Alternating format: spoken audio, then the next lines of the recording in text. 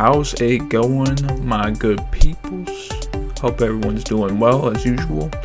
And I would like to welcome you to another video. This time, we're going to be looking at one of my favorite series out today. The brilliant Jujutsu Kaisen. Oh my god.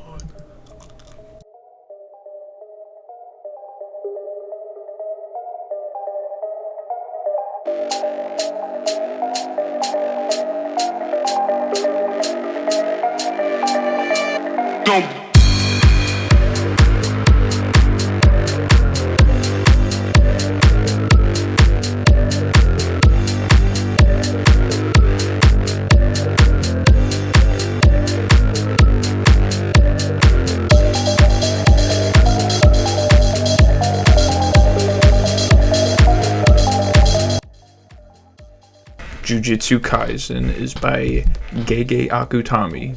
This anime/manga is about a high school student named Yuji Itadori, a lad who was born with higher strength than the average individual. In the beginning, he is with his grandfather in the hospital, who's on his way out. He's about to skedaddle from the land of the living. His grandfather instills to him that when you die, it is important to help out his loved ones and to save as many people as he can and be surrounded by the ones you love when you die so you can have a proper death. Already, this story takes a different and more unique approach to a shonen story. It's bleak, but also sets up something important later on, setting up a good character conflict for Yuji. At school, Yuji and his friends discover a severed finger, and it looks like a nasty glizzy. Shit, what the fuck? What? Fucking glizzy bit me, yo! Bit you? Oh. Fucking glizzy. One night, Yuji is hanging at high school with his friends when they are attacked by cursed spirits drawn to this severed finger. At the same time, a Jujutsu sorcerer by the name of Megumi Fushiguro is on a mission to retrieve the finger. When one of the cursed spirits is too strong and overwhelms him, Yuji takes it upon himself to help out, but he has no way of stopping it unless he eats the finger.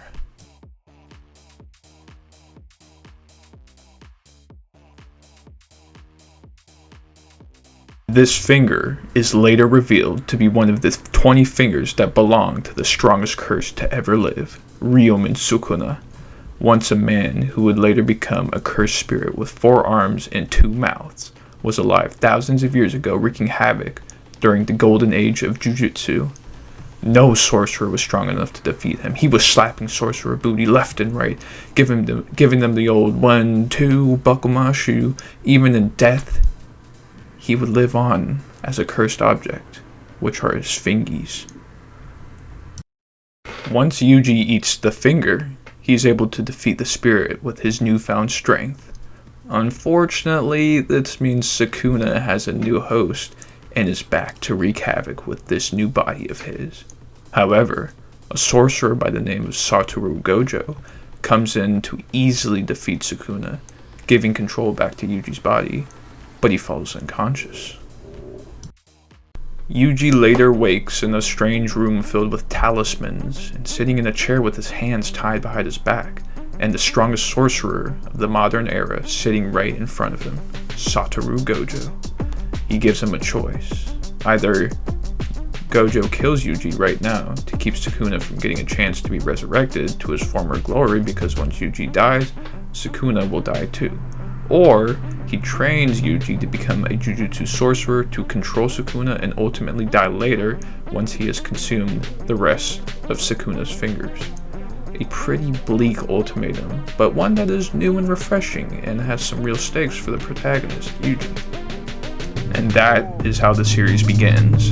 Of course, more villains come in, more shenanigans, more stuff and whatnot. Just an overall hella good story, and it's pretty fucking awesome so far.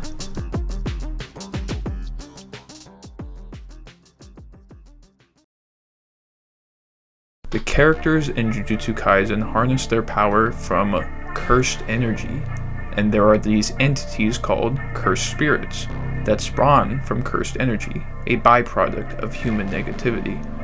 The people who are able to harness this energy and use it as a weapon or for support are known as Jujutsu sorcerers. And there are even some cursed spirits that have evolved to develop cursed techniques as well, using and manipulating negative energy like magic to create these things called cursed techniques. And cursed spirits can only be killed through exorcisms, and you can only exorcise a cursed spirit if you have cursed energy, which some people do not. Definitely one of the cooler power systems I've seen in Shonen, and it really shows the character's imagination, and seeing their techniques is really cool and dynamic. I love it. It's fucking juicy. A really cool curse technique is by the character Megami Fushiguro that I mentioned earlier, who has the 10 Shadows technique that lets him summon up to 10 cursed spirits that he can use in combat, each one having cool stuff they can do.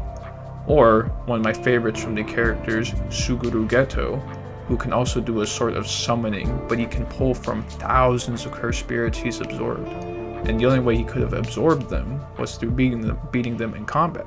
A great way to show how strong he is without telling you. This also gives him tons of versatility in combat and makes it so he has endless options for any scenario. Then there are some more basic ones like conjuring fire or water using cursed energy, but that's still cool too.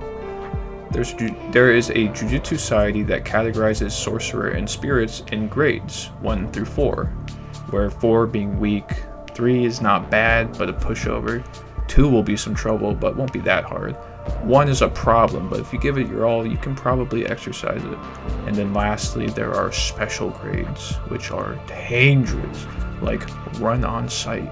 These are some bad mofos. This also applies to sorcerers, who tend to be stronger, like a special grade curse being weaker than a special grade sorcerer. There are some other cool things with this, like the designs of the cursed spirits are really cool and creepy, and if someone dies in a bad way or with animosity, there is a chance they will come back as a cursed spirit. Lots of good stuff. Then there's the pinnacle of Jujutsu sorcery, a domain expansion, where someone is able to create like a little pocket dimension where you're trapped in there and are kind of completely helpless unless you use like some kind of anti-domain technique, but I won't get into the specifics. Anyway, there's a lot of neat stuff with this power system, and since the series is still going, I will be excited to see what else Gege comes up with. Just overall a really awesome world.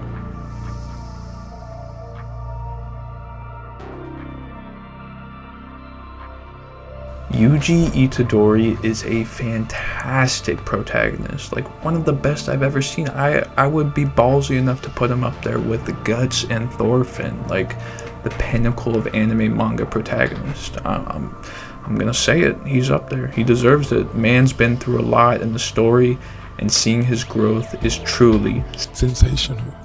And that's the word you're looking for. Exactly. Yeah, sensational.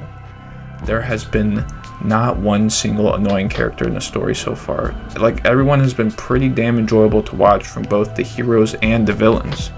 Megami's a great secondary character with cool abilities and shows off some cool strategies in combat with that Megamind big brain he hides under all that hair. I see you. Others like Nobara Kugasaki, who has a lot of funny moments and has a really great scene between her and Yuji Itadori that stands out as one of my favorite scenes in all of fiction.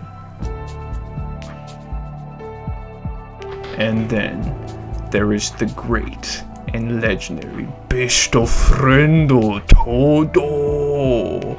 お願いします。はーい、行きますよ。なんとかMan is an absolute legend, and all of his scenes are incredible. Never a dull moment with this character. He clearly carries his greatness from his mentor, Yuki Tsukiyomo, a character that gets more development later on and proves to be incredibly important to the story, while also having some cool abilities that I won't spoil. All the characters are great, chef's kiss, but the real stars of the series are the villains. Oh my goodness, these are some juicy ones. You got the triple threat, Sukuna, Mahito, and spoilers,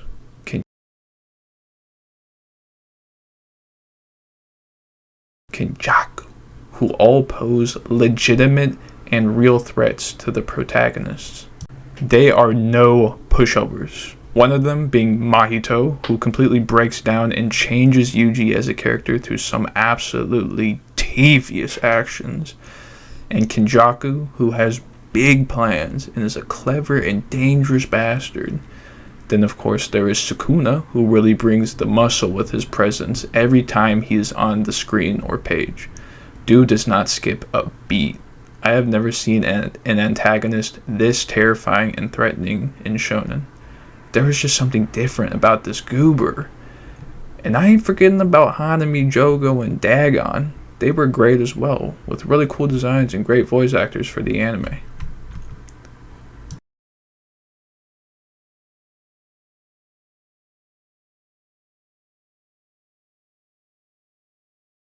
And of course, the fight scenes slap. Like, Gege really goes in on these. Seeing the characters battle with these abilities is hella fun and entertaining. There really isn't a boring or bad battle. I am always looking forward to the next one. I love hand-to-hand combat in martial arts in movies and TV shows. And this series has some great stuff. The fights can be so complex too, but in a good way, because of the character's abilities, making it like a chess match. It's awesome and very fucking spicy meatballs.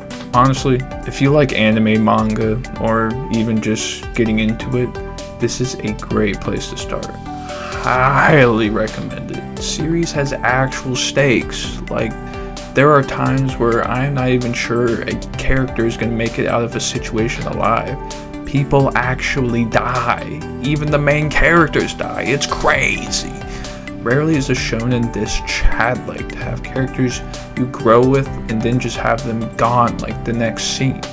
It's great and makes things more meaningful. Like, your time with these characters are precious and can just yeet out of here at any instance. Anyways, please check this out. Gege is a great author and writer. He deserves all the attention. Thank you, Gege, for a phenomenal series, and I can't wait to see more. If you enjoyed the video, I would really greatly appreciate it if you left a like and a subscribe. Thank you very much for watching as always, and I will see you next time. Toodles!